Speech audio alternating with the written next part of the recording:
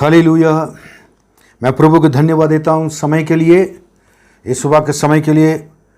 और समय में मैं सबको और प्रभु के नाम से let me greet you all, मैं शुभकामनाएं देता हूँ, क्योंकि आज सुबह परमेश्वर आपके संग रहकर आपको मदद करें, आपको सही सलाम से रखें। हमारी प्रार्थना प्रतिदिन आप लोग के लिए, आप सबके लिए होता रहता है। आप लोग भी हमारे लिए प्रार्थना कर रहे हैं, ये हमारे लिए और एक आशीष की बात है। और let us uphold one another, हम एक दूसरे को प्रार्थना में उठाते रहेंगे, एक दूसरे को के लिए प्रार्थना करते रहेंगे। प्रभु यीशु जल्दी आने वाले हैं। आइए परमेश्वर के वचन पर हम चलेंगे।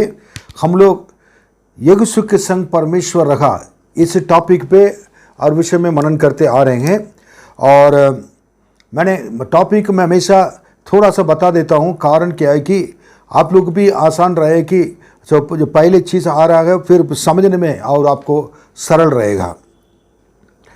किसके साथ परमेश्वर रहता है, रह सकता है, उसके बारे उसी विषय में हम बातें कर रहे थे। अगर यीशु के संग रहेगा तो ये रहा, तो यीशु के साथ क्या, यीशु के जीवन कैसा था, उसके बारे में हम लोग देखते आ रहे हैं। सो मैंने कहा था कि और पहले तो यीशु एक युद्ध करने वाले एक वीर था, और उनको वो युद्ध के अमेरिकन से लड़ने के लिए अपने हथियार उठाकर वो गया और लड़ने के लिए। अब तो मूसा ने कहा था जाकर तुम युद्ध में लड़ना है। युद्ध में जाने वाले के पास हथियार रहता है। सो हमारे युद्ध हमेशा और अंधकार की शक्तियों के साथ, शैतान के सेनाओं के साथ लड़ना है। इसलिए हमारे पास भी तलवार होना जरूरी है। और तलवार क्या है? दो धारी तलवार इब्रानी की किताब में 4:12 में लिखा हुआ है। और उस तलवार को लेकर, उस अर्थात परमेश्वर के वचन को लेकर हम उसको क्या करना है कि इस्तेमाल करना है। किसी के पास अगर तलवार होता है, वो क्या करता है कि हमेशा उसको जानता है, समझता है कैसे इस्तेमाल करना है, उसको सही सलामत से रखता है, बहुत संभाल कर रखता है, रात दिन उसको क्या करता है, उसको साफ करके रखता है। परमेश्वर के वचन को भी इसी प्रकार जानना, समझना और सही तरह रखना है। उसी के अनुसार क्या करना कि हम चलना है, उसको कैसे उपयोग करना लोगों के लिए, बीमारी लोगों के लिए, जो विश्वास में नहीं है उन लोगों के लिए, जो दुख में हैं, कष्टों में हैं, परेशानी में हैं, सारे लोगों के लिए, और कलीसिया में लोगों को उत्साहित करने के लिए ये सारी चीज़ें होती हैं। दूसरी बात मैंने बताया, मूसा के सेवक यीशु था। मूसा की सेवा करने की वजह से परमेश्वर ने बहुत बड़ी जिम्मेदारी को क्योंकि उनके हाथ में दिया, कारण इसे। और मूसा यीशु के बारे में समझने के लिए ज़्यादा से ज़्यादा क्या है कि उनका समय मिला। मूसा के संग रहने की वजह से, उसकी सेवा करने की वजह से मूसा यीशु के बारे में, उनके कार्य के बारे में, उनके जीवन के बारे में, हर चीज़ के बारे में नज़दीक देखता रखता था। जैसा एली ने शामुएल को देखा जो मंदिर में रहकर सेवा करता था, और यीशु के चेले यीशु के साथ रह के 3.5 साल रहते थे, और उनको यीशु देखकर क्या उसके बाद लीडरशिप में लेकर आए थे। सो सबसे बड़ी बात है कि इनका मूसा की आज्ञा को पालन करना था। और मूसा के संग, मूसा 40 दिन 40 रात पहाड़ पर था। उस समय ये उस पहाड़ के बीच में रहकर क्या करता था, मूसा के लिए प्रार्थना करता रहता था, इंतजार करता रहता था। सो मूसा का यीशु का एक संबंध, घनिष्ठ संबंध, एक पास्टर के, एक विश्वासी का संबंध कितने एक बड़ी बात है। और ये चीज़ हमें सीखना है। कलीसिया में हर एक विश्वासी पास्टर के साथ ऐसे संबंध रखना जरूरी है। ऐसे उनके संबंध बहुत घनिष्ठ संबंध होना चाहिए, रिश्ता होना चाहिए। आज अगर संडे में मिल रहे हैं, उसके बाद मिलने के समय नहीं है, और नहीं तो आप स्वार्थी व्यक्ति बन जाएंगे। आपको परमेश्वर का कोई मतलब नहीं है। और हफ्ते में एक बार परमेश्वर आपसे मिलेंगे तो कैसा रहेगा ना, आप पसंद नहीं करेंगे। सो आपको जब समय मिलता है और फ़ोन से और समय निकालकर पास्टर के पास आना चाहिए। पास्टर आपका आत्मिक पिता है, आप उनके लिए उनका क्या करेंगे, आप उनसे पूछें और उनसे बात करें और फ्रीली बात करें। वो आपसे क्या करेंगे, आपको सही रास्ता पर सही मार्ग में क्या करेंगे, आपको अगुवाई करेंगे। कई जगह पर चर्च में पास्टर को और वो ना विश्वासी के बारे में कोई एक सही प्रकाशन नहीं मिलता है। विश्वासी के दिल को जानना मुश्किल पड़ता है, विश्वासी के जवान लोग के दिलों को जानना मुश्किल पड़ता है, और लोग जो कलीसिया में सेवा करने के लिए तैयार हो रहे हैं उनके दिलों को जानना मुश्किल पड़ता है। जब पास्टर आपको नहीं समझ पाएंगे, अगर जान नहीं पाएंगे, तो आपका परमेश्वर पास्टर के द्वारा जो आशीष देने वाले, अब वो चीज़ आपको मिलने में देरी लग जाएगी, कभी मिलने भी नहीं सकते। अगर आप कहते हैं तो कि मुझे ज़रूरत नहीं है, आप बहुत बड़े आशीष को खोकर कलीसिया में रहते हुए भी अगर आशीष को खोकर आप बैठेंगे। किसी कार्यस्थल में अगर काम कर रहे हैं तो आप जहाँ पर अपने पढ़े लिखे सारे चीज़ को उपयोग करने के वजह से लोग आपको जानते हैं और आपके डिपार्टमेंट आपको जानते हैं, आपके दफ्तर जानते हैं। समय पर सबसे बड़ी बातें ना आशीष ना आपकी उन्नति मिलती हैं। परमेश्वर के कार्य में इससे बढ़कर हैं। आपका आपके आत्मिक के पिता का पास्टर का संबंध होना चाहिए। संडे का रिश्ता ना रखिए, महीने का रिश्ता नहीं किए, साल में एक बार रिश्ता कभी ना रखिए। और अगर नहीं तो परमेश्वर भी क्या करेंगे, इसी तरह आपसे भी दूर रहकर क्या करेंगे, रिश्ता रखने शुरू करेंगे। आपको बहुत बुरा लगेगा, दुख लगेगा। ओके, देन उसके बाद मेरे कहने के मतलब क्या है कि पास्टर आपको समझना जरूरी है, ताकि आपके लिए आपके परिवार के बारे में क्या है, आप कैसे हैं, आपका आत्मिक जीवन कैसा है। तन उसके बाद जान लिया तो आपके लिए प्रार्थना करेंगे, आपके लिए विशेष एडवाइस करेंगे, आपको आगे बढ़ाएंगे। आज आप एक विश्वासी हो, कल एक लीडर में होंगे, एक अगुवा होंगे, और पास्टर का कोई संकोच नहीं रहेगा, कोई हेसिटेशन नहीं रहेगा। और परमेश्वर डायरेक्टली कहेगा इस व्यक्ति को आप लेकर क्या करना है, अभिषेक करो और उनको लीडर ना अगुवापन में अगुवा बनाकर उसको आगे बढ़ाओ। परमेश्वर खुद पास्टर से कहेंगे। ओके, थर्ड, कलीसिया के प्रति लगाव। किसको और यीशु को कलीसिया से अलग नहीं होता था। कलीसिया से प्रेम करने वाले व्यक्ति को ऊपर परमेश्वर इतना खुश होता है, क्योंकि ये कलीसिया पास्टर चार्ल्स की कलीसिया नहीं है, परमेश्वर की कलीसिया है, सबके कलीसिया है। आपके कलीसिया का संबंध ऐसे होना चाहिए। कलीसिया में आप हमेशा ये करें वो ना उत्साहित रहकर मुझे कलीसिया के लिए कुछ करना है। कलीसिया के द्वारा आपको क्या मिलेगा यह ना सोचें, मेरे द्वारा कलीसिया के लिए क्या मिल सकता है। यीशु ने यही किया था कि उसके द्वारा कलीसिया के द्वारा क्या मिलना है, तंबू के द्वारा क्या मिलना है, वो नहीं सोचा था कि मेरे द्वारा क्या सेवा हो सकता है, मैं किस रीति से सपोर्ट कर सकता हूँ, किस रीति से मैं परमेश्वर की सेवकाई को उठा सकता हूँ, उठा कर रख सकता हूँ, किस रीति से परमेश्वर की सेवकाई के लिए कलीसिया के लिए आशीष का कारण बनकर रह सकता हूँ। एक व्यक्ति काफ़ी परमेश्वर का अगर सचमुच में परमेश्वर की कलीसिया से प्रेम करता हो, परमेश्वर उससे प्रेम करेंगे। कई लोग मैंने देखा बहुत गरीब हालत में रहते थे, लेकिन कलीसिया से प्रेम करने की वजह से, परमेश्वर के कलीसिया का लगाव उनका लगाव होने की वजह से, सेवकाई में भाग लेने की वजह से, समय निकालने की वजह से, अपने बल पर ना अपने शक्ति को, अपने समय को, अपने पैसे को परमेश्वर के लिए उनने खर्च करने की वजह से परमेश्वर ने उनको बहुत बड़े ऊंचे स्थान पर परमेश्वर ने क्या आगे रखा है, बहुत आशीष देकर रखा है। लेकिन प्रभु आपको जब आशीष देकर रखेंगे, आपको हमेशा सावधान रहना। आप क्या करना कि वही चीज़ इससे भी अच्छा करने के लिए कोशिश करना है। परमेश्वर की सेवा कलीसिया आपके लापरवाही की वजह से कष्ट नहीं उठाना चाहिए, पैसे से और कोई भी चीज़ों में से। पैसा ही हर बातों के लिए काम नहीं आता है, पैसा इंपॉर्टेंट है, सेवा नहीं तो सेवा नहीं होती है। लेकिन इससे बढ़कर और एक चीज़ है, आपके योगदान और भी क्या है कि साथ रहकर आपको क्या करना कि सेवा में हाथ बढ़ाना जरूरी है, प्रार्थना करना जरूरी है, प्रेयर मीटिंग में आना और अगर बाइबल स्टडी में। क्यों आप बाइबल टीचर नहीं बन सकते हैं? क्यों ये है कि केवल पास्टर जब कहेंगे अगर आप ये करना है, अगर पास्टर का आपका अच्छी तरह से कलीसिया के साथ संगति अच्छी तरह, तो पास्टर को मालूम है इस ब्रदर को, इस सिस्टर को इस जगह पर इस्तेमाल करना है नहीं करना है। वो व्यक्ति परमेश्वर के वचन के द्वारा पवित्र होना चाहिए। ओके, देन उसके बाद मैन ऑफ फेथ। 4 मैंने कहा था कि विश्वास की बातों को क्या करता था। कलीसिया में जब भी हमेशा लोगों के बीच में विश्वास की बातें करना चाहिए। अगर कोई चीज़ हम लोग प्रार्थना करें, कलीसिया को बनाना है और कोई कार्य होना है, ये काम मीटिंग करना है, आप विश्वास को तोड़ने की बातें नहीं करना चाहिए। अगर आप आगे बढ़कर हम कर सकते हैं, अगर कह दिया, बाकी लोग जो नहीं भी हो सकता है वो हो जाएगा, आपके ऊपर होता है। चाहे 2 लोग कहेंगे हाँ प्रभु के लिए करेंगे विश्वास के साथ, दूसरे 3 लोग क्या करेंगे, नहीं ऐसा नहीं है, ये नहीं है, वो नहीं है। अपने दिमाग के अगर ये वचन के अनुसार बातें करें, दिमाग की बातों को बताकर विश्वास को तोड़ने का काम नहीं करना चाहिए। कलीसिया विश्वास के साथ चलना चाहिए। हम सब विश्वास के जीवन में हैं। हर बातों को मैं क्या कर सकता हूं पहले हम करें, बाकी लिए प्रभु के लिए क्या कर सकते। प्रभु जो कुछ करना प्रभु का काम करेगा। हम अपना काम नहीं करेंगे तो प्रभु अपना काम नहीं कर सकता है। आखिरी में 5वां बात हम लोग देखेंगे, और गिनती की किताब 27वां अध्याय 17 से लेकर 19 तक।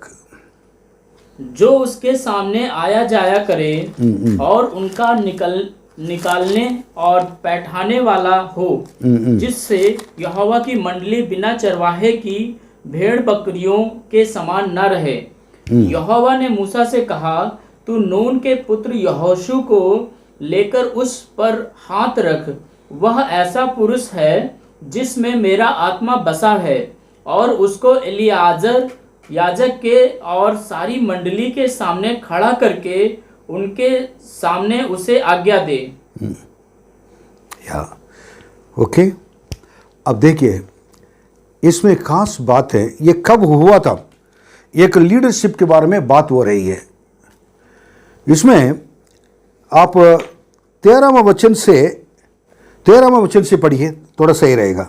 और जब तू उसको देख लेगा तब अपने भाई हारून के समान तू भी अपने लोगों में जा मिलेगा, क्योंकि सीन नामक जंगल में तुम दोनों ने मंडली के झगड़ने के समय मेरी आज्ञा को तोड़कर मुझसे बलवा किया और मुझे सोते के पास उनकी दृष्टि में पवित्र नहीं ठहराया। यह मरीबा नामक सोता है जो सीन नामक जंगल के कादेश में है। हाँ, एक मिनट, आप देखिए, मूसा को पहले परमेश्वर ने कहा था कि कनान देश में ले जाकर उनके लोगों के साथ पहुंचाएंगे। परमेश्वर अपने प्रतिज्ञा के अनुसार हमेशा करते हैं, मालूम है, लेकिन लोगों की गलती की वजह से परमेश्वर कभी कभी अपने प्रतिज्ञा को पूरा नहीं कर पाते हैं। इसे हमको सीखना जरूरी है। उसको रोकने वाली चीज है हम हैं, हमारे पाप हैं। इज़राइल लोग को परमेश्वर मिस्र देश से लाए थे, उनको उधर तक कनान देश तक ले जाने के लिए द एक्चुअल टाइम रास्ता था 7 दिन का था, लेकिन 40 साल होने के कारण, 40 साल क्यों हुआ था, उसका कारण इज़राइल लोगों के पाप, परमेश्वर के वचन को और आज्ञा को, वचन को पालन नहीं किया, परमेश्वर के आज्ञा को पालन नहीं किया। मूसा के विरोध, पास्टर के विरोध, अपने मूसा के सभा के जो हेड लीडर के विरोध, उन्हें बार बार उनको दिल को दुखाते थे। परमेश्वर ने जगह पर, कई जगह पर रोके 40 साल कर दिया। आप विश्वास करके देखिएगा, इतनी कम समय पर पहुंचने वाले ना एक जगह के लिए 40 साल लगेगा तो कैसा रहेगा। हमारे जीवन में भी अगर हम जो आशीष हमें मिलना है, कई लोग कहते हैं कि मुझको इतने साल से प्रार्थना कर रहे हैं, इतने दिन से प्रार्थना कर रहे हैं और मैं वो नहीं मिल रहा, हमको ये नहीं मिल रहा है, और प्रभु मुझको ये नहीं कर रहे हैं, वो नहीं कर रहे हैं, और चंगाई नहीं दे रहे हैं, और आशीष नहीं दे रहे हैं, हमारे बातों को नहीं सुन रहे, कई लोग कहते हैं। मेरे प्रियो, मैं कहना चाहता हूं, प्रभु अपने प्रतिज्ञा के अनुसार हमेशा क्या करता है, देता है। इसलिए परमेश्वर ना हमें बचाया गया, हमसे प्रेम करने वाले प्रभु हैं। लेकिन परमेश्वर ने हमें जिस दिन का ना प्रभु के पास आए थे, हमारे हाथ में परमेश्वर के एक विधि और एक नियम, एक कानून की किताब अर्थात धर्मशास्त्र, पवित्र धर्मशास्त्रों को दिया है। परमेश्वर ने, हम इसको नहीं समझ पाएंगे ये सोच कर ही पास्टर को परमेश्वर ने हमारे लिए सभा में दिया है, ताकि हम इसको समझ लें, सुन लें, पढ़ लें, इसका अर्थ को सही तरह समझ लें। जब हम नहीं समझ पाते हैं, अगर नहीं समझने के बाद भी हम इसको पालन नहीं कर पाते हैं, हम परमेश्वर के वचन के अनुसार नहीं चल पाते हैं, हमारे कोई भी काम सफल नहीं होगा। हमें दिन दे मिलने वाले आशीषें रुके रुके रुके एक दिन में मिलने वाले हो सकता 100 दिन हो सकता है, 10 दिन हो सकता है, 20 दिन हो सकता है, 1 साल में मिलने वाले आशीषें 10 साल हो सकता है। उसका कारण परमेश्वर कभी कभी कुछ से अपने बच्चों के लिए कुछ रोक भी देते हैं। यह भी परमेश्वर के अलग बात है। बट हमारे कार्य की वजह से, हमारे चीज की वजह से जो नहीं मिल रहा है, वो चीज को परमेश्वर के ऊपर दोषी नहीं ठहरा सकते हैं। हम परमेश्वर के सामने क्या पूछना है। इन लोगों ने परमेश्वर के आज्ञा को पालन नहीं करने से मूसा ने परमेश्वर ने कहा था चट्टान पर तुम बात करो, चट्टान से बात करो तो पानी निकलेगा। उस जगह पर उन्होंने लाठी लेकर मार दिया बात करने की जगह पर। एक छोटी गलती थी, लेकिन परमेश्वर इसको बहुत सीरियस लिया। छोटी चीजों को परमेश्वर बहुत सीरियस लेते हैं, लेकिन लोग के सामने अपमान नहीं कराया, अपमान किया नहीं किया परमेश्वर ने उनको। बात करने की वजह से पानी जो परमेश्वर ने दे दिया था, कितनी महान है। लेकिन अलग से बुलाकर परमेश्वर ने को समझाया तुम नहीं जाओगे कानान देश। परमेश्वर के अनुशासन। उसके बाद इसलिए करेंगे तुम मेरे आज्ञा को पालन नहीं किया। हारून चला गया था, उस जगह पर तुम भी जाओगे, जाकर दफन के जाओगे। उसके बाद मूसा 15वां अध्याय वचन में क्या बोल रहा है। मूसा ने यहोवा से कहा, मूसा ने परमेश्वर से कहा, यहोवा जो सारे प्राणियों की आत्माओं का परमेश्वर है, वह इस मंडली के लोगों के ऊपर किसी पुरुष को नियुक्त कर दे जो उसके सामने आया जाया करे और उनका निकालने और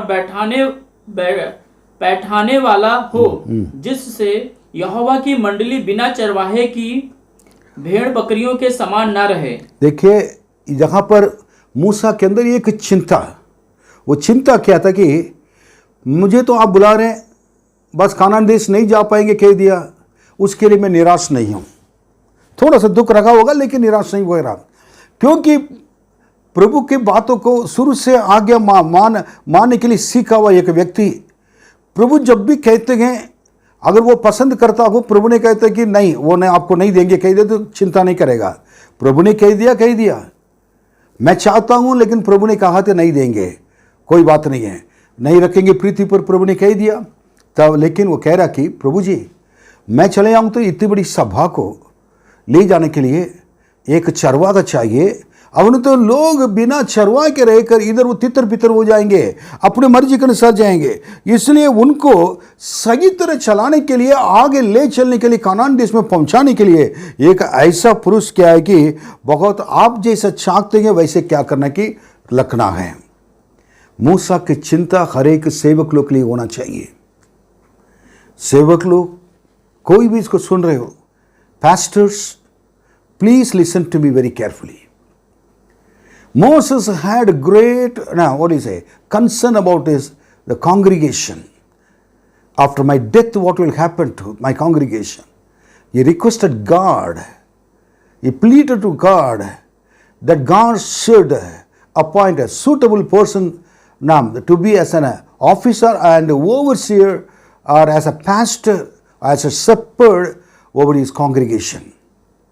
पर इन्होंने ऐसे उनको परमेश्वर से प्रार्थना, उन्होंने परमेश्वर से प्रार्थना किया कि परमेश्वर क्या करते हैं कि अपने लोग के लिए, कलीसिया के लिए एक अच्छे क्या है कि सेवक, चरवाहा, एक लीडर को दें, अगुवा को दें। आपके अंदर ये चिंता है। हर एक पास्टर, हर एक सेवक, उनके लीडर की बात, उनके बाद कई लोग बिना सोचते हुए क्या कि एक लीडर को बिना तैयार करते हुए क्या दुनिया छोड़कर चले जाते हैं। अच्छे सरवाहा हमेशा क्या करता है कि नेक्स्ट लीडर तैयार करने के लिए हमेशा करता है, जो आज्ञा पालन करता है, जो वाद विवाद नहीं करता है, जो वैसे ही परमेश्वर के वचन के अनुसार चलता है, उस जिसके जीवन में पवित्र है, परमेश्वर के क्या है कि जो प्रेम है, कलीसिया के प्रति वफादारी है, जिसकी गवाही अच्छी हो, और परमेश्वर खुद कहेगा पास्टर से, यही व्यक्ति है, कलीसिया में कोई भी हो। यह जरूरी नहीं कि पास्टर के बाद पास्टर किसका कर से कहेगा लीडरशिप आएगा पास्टर बनेंगे, यह जरूरी नहीं है। अगर वो सेलेक्टेड ना, परमेश्वर अगर वो तैयार हो, परमेश्वर तैयार करके रखा हो, परमेश्वर खुद क्या करेंगे, लाकर दिखाएंगे। पास्टर के बाद उनके परिवार में से कोई आकर सेवा कर सकते हैं। अगर वो तैयार नहीं हो, उनकी गवाही कोई भी किसी के, मैं सबके लिए कह रहा हूं, जिसका गवाही सही नहीं है, वचन के ज्ञान नहीं है, कुछ नहीं है, और वो प्रभु के आत्मा, उनके प्रभु से प्रेम नहीं है, कलीसिया के प्रति चिंता नहीं है, तो उनको परमेश्वर रखने से कोई फायदा नहीं है। कलीसिया को तोड़कर कलीसिया को क्या करें, गिरा देंगे। लेकिन विश्वासी के अंदर भी अगर ऐसी चीज है, खराब चीज होगी, परमेश्वर उनको चुनेंगे नहीं। आज परमेश्वर लीडर को, अगुवा को चाहते हैं। अलग अलग एरिया में अलग अलग लोग, अलग अलग लीड मीटिंग्स के लिए, बाइबल स्टडी के लिए और प्रार्थना सभा के लिए अगुवा चाहिए,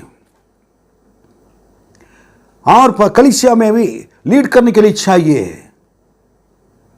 आपके जीवन कैसा है, आप तैयार हैं?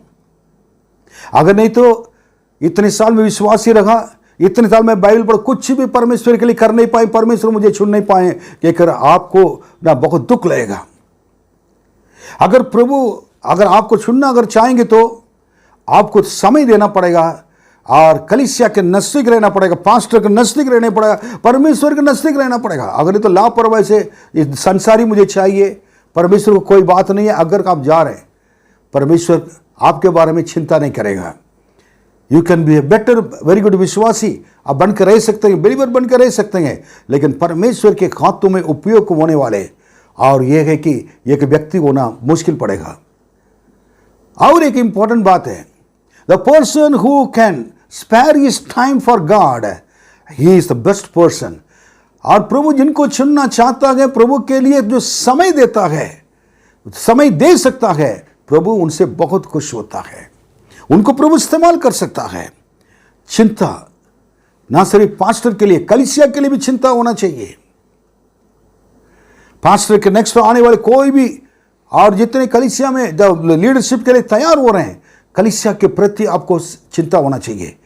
रात में 12 बजे भी कहेंगे कि हमको जाना है, तैयार रहना चाहिए। एक संडे में कहेंगे जहां पर हम जाकर हम लोग करना है, नहीं केवल हमको क्या करना, लीड करना है, उसके लिए नहीं, केवल प्रचार करना नहीं है, केवल गाना है, केवल बजाना ही नहीं है, कोई भी काम करने के लिए तैयार रहना है। मैंने देखा हमारे कलीसिया में कई लोग अच्छे पढ़े लिखे होने के बाद भी बहुत नम्र दीन होकर करते हैं काम, मैं उनको देखकर बहुत खुश होता हूं। Praise the Lord. सो मूसा की चिंता रहा, तब परमेश्वर ने मूसा की कंसर्न, चिंता को देख लिया है। आपके अंदर अगर बोझ दर्शन होता है, ये कितने साल तक रहा मालूम नहीं है। मूसा अपने कांग्रेगेशन से, लोग कलीसिया से बहुत प्रेम करता था। हर एक सेवक, हर एक विश्वासी अपने कलीसिया से बहुत प्रेम करने वाले होना चाहिए। तब परमेश्वर ने मूसा से बात किया। 18वां वचन पढ़िए। Beautiful word, this is wonderful word, बहुत सुंदर वचन है ये।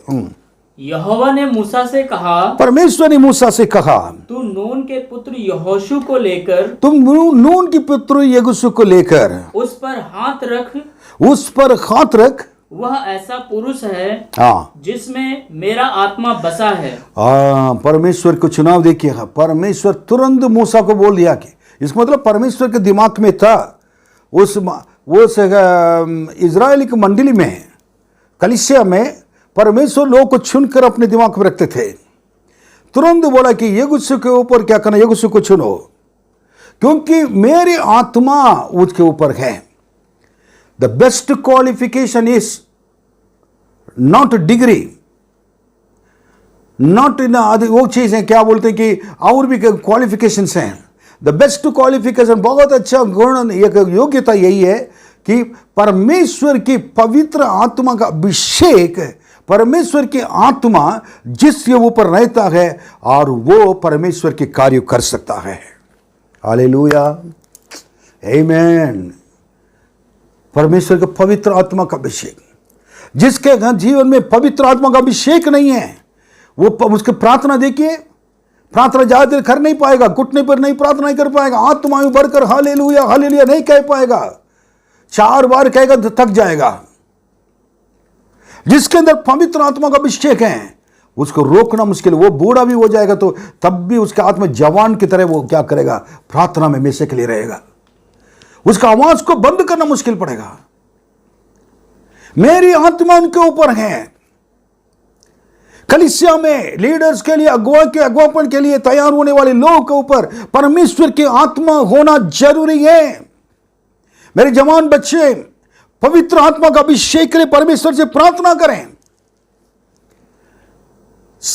और परमेश्वर के नाम मतलब लोग जो कलीसिया में सेवा करते गए नवंदन, मेरे भाई लोग, मेरे बहन लोग, परमेश्वर के पवित्र आत्मा का अभिषेक आपके अंदर आ जाए। आपके जीवन में पवित्र आत्मा के द्वारा अभिषेक से भरा हुआ आप प्रार्थना करें। अन्य भाषा जो परमेश्वर देता है उससे प्रार्थना करें, रहस्यों को बात करें। अपने व्यक्तिगत जीवन में पवित्र आत्मा का अभिषेक द्वारा भरपूर होकर आपके कटोरा उमड़ कर चले और आपके अंदर पवित्र आत्मा है और वो अभिषेक लोग देखें। जिनके अंदर पवित्र आत्मा का अभिषेक है लोग उनसे डरेंगे, आदर करेंगे, सम्मान करेंगे। हालेलुया। मेरी आत्मा उनके ऊपर है। कई लोग को चिंता नहीं है, पवित्र आत्मा मतलब मालूम नहीं। पवित्र आत्मा बाइबल में आपने प्रभु यीशु का ग्रहण किया, बपतिस्मा ले, उसके बाद पवित्र आत्मा है आपके अभिषेक जरूरी है। मांगने वाले के लिए पवित्र आत्मा क्यों नहीं देगा? लूका में पढ़कर देखे 10वां अध्याय में।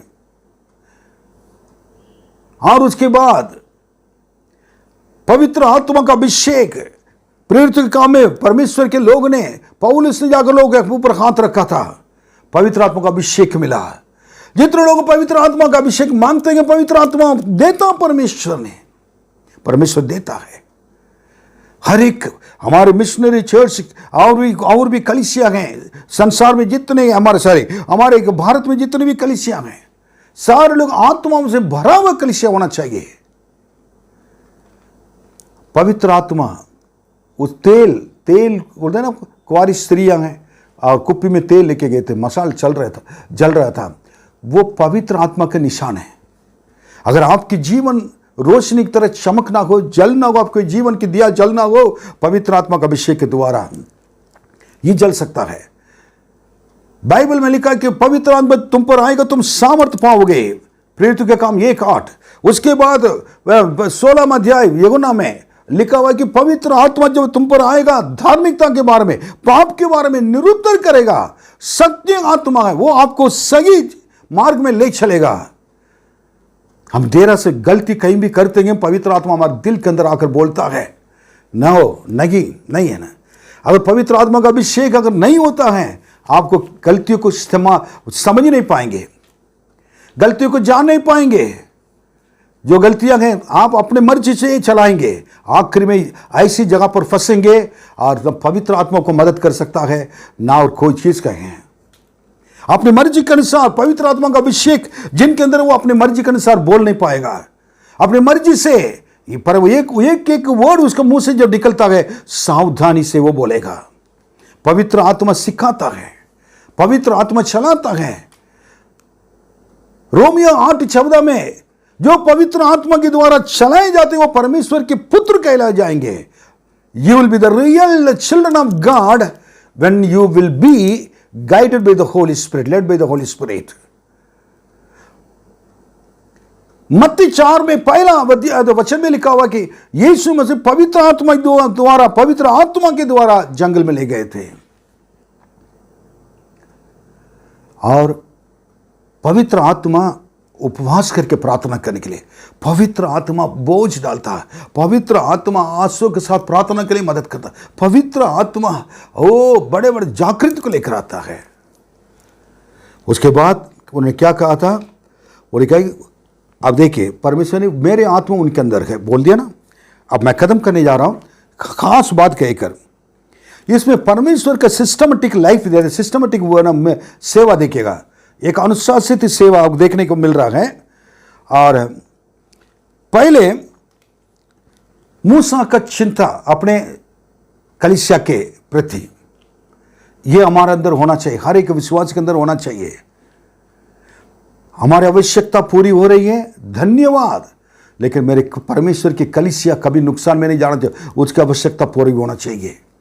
Very good. चिंता कलीसिया के लिए, मूसा अपने कलीसिया के लिए कह रहा था कि मैं मरने के लिए तैयार हूं, मेरे कलीसिया के लोगों को अगर लेकर आगे नहीं चल पाएंगे तो, आपको उपस्थिति आगे आगे नहीं चलेगा तो प्रभु जी मेरे नाम को जीवन की किताब से काट दीजिए कहकर अपने लोगों के लिए परमेश्वर के सामने खड़े हो गया है।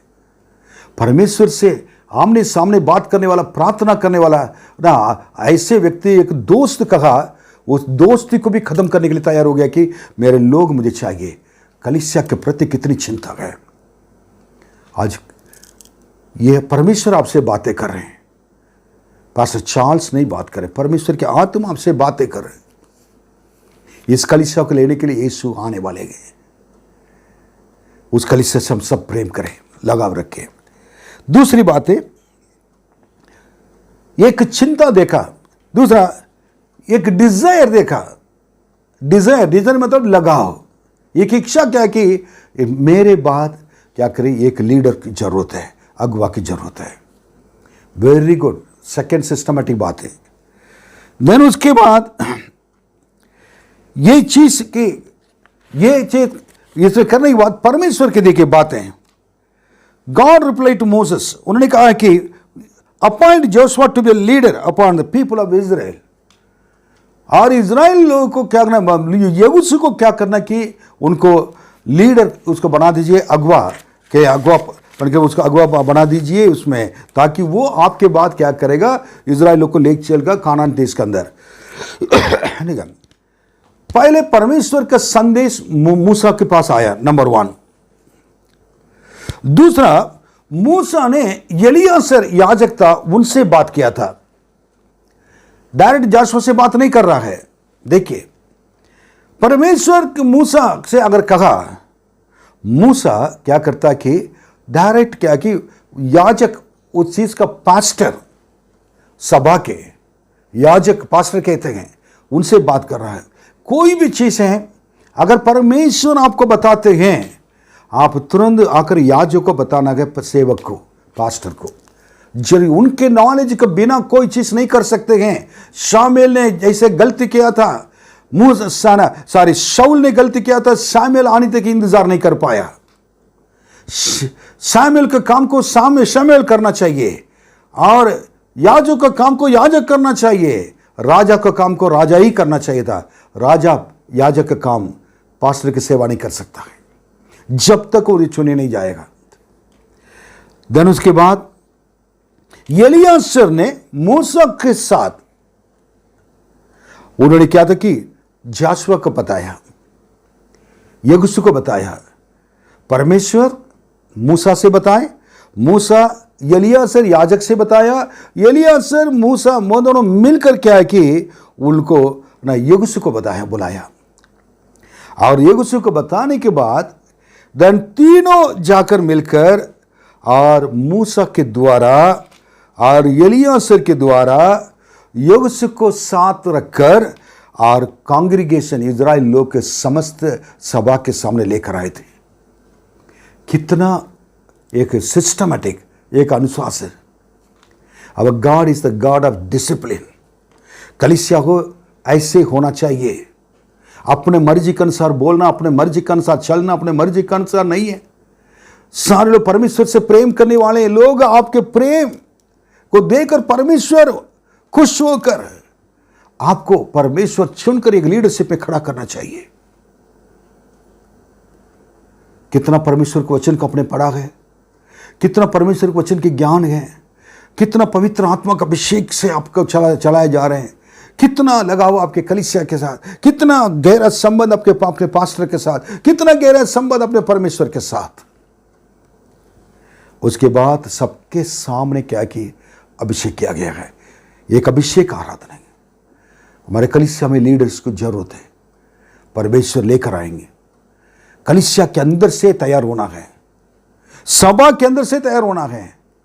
We can not purchase, we should not purchase, we should not borrow. लोग से उधार लेना, उनको किराया पर लेना, ये नहीं है। कलीसिया के अंदर से, ताकि कलीसिया के लोग अंदर अपने कलीसिया को समझ सकते हैं, जान सकते हैं।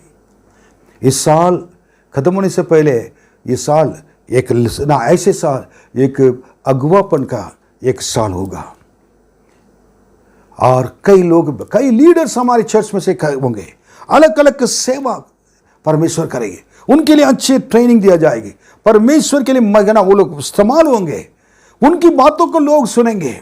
वो कभी कलीसिया को तोड़ने वाले नहीं होंगे, अविश्वास में लाने वाले होंगे।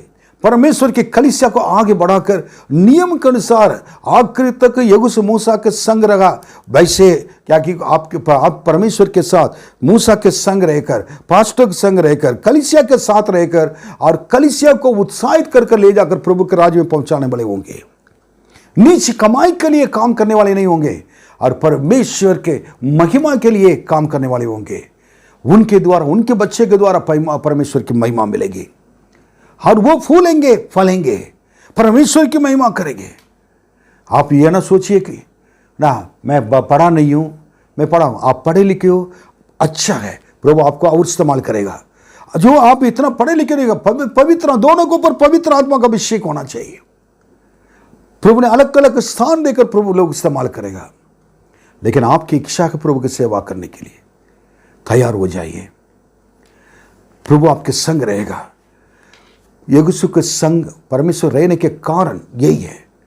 यहोशू के संग रहने की वजह से हारून को, मूसा के बाद हारून मूसा के बड़े भाई के हाथों में ये सेवा नहीं जा पाया, मिरियम के हाथों में नहीं जा पाया, और भी एल्डर्स थे, कई लोग थे, नहीं जा पाए, नहीं दिया गया। एक जवान, उनकी इतनी क्वालिटीज, इतने गुण था, और उनको परमेश्वर ने देखकर परमेश्वर उनके हाथों में दिया। आपके हाथों में भी प्रभु आपको भी इस्तेमाल करना चाहते हैं। आप ये कलीसिया के अंग हैं। प्रार्थना करें, प्रभु मुझे इस्तेमाल कीजिए, मुझे इस्तेमाल कीजिए, मेरे द्वारा लोगों को आशीष मिले, मेरे द्वारा पवित्र आत्मा कार्य हो जाए, कहकर आप प्रार्थना करें। प्रभु आपको आशीष दें। आइए हम प्रार्थना करेंगे। धन्यवाद प्रभु इस समय के लिए। आपके लोगों को आपके हाथ में सौंपते हैं। आपके नाम की महिमा हो प्रभु। अपने पवित्र हाथ बढ़ाकर छू ले। हमारे कलीसिया में प्रभु जी एक जागृति लेकर आइए। आज्ञा पालन करके चलने वाले विश्वासी लोग और भी बढ़ा करिए।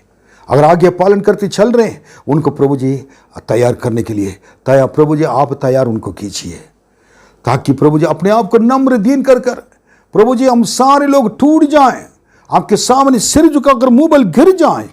हम कुछ नहीं है कहकर अपने आप को खाली करें, तब आप प्रभु जी अपने हाथों में लेकर इस्तेमाल करेंगे। धन्यवाद। ये साल बड़े कार्य करने के साल है, और प्रभु जी सबको प्रभु जी अपने हाथों में रखेंगे। धन्यवाद। जो लोग तैयारियां भी कर रहे हैं उनके लिए भी धन्यवाद करते हैं। उनको इस्तेमाल कर, और भी कई अनुशासन के अंदर आकर परमेश्वर की महिमा के लिए इस्तेमाल कर। धन्यवाद, धन्यवाद। आपके नाम की महिमा। हमारी गलती के वजह से हमारे लिए दिया हुआ आशीष प्रभु जी डिले ना हो, देर ना हो।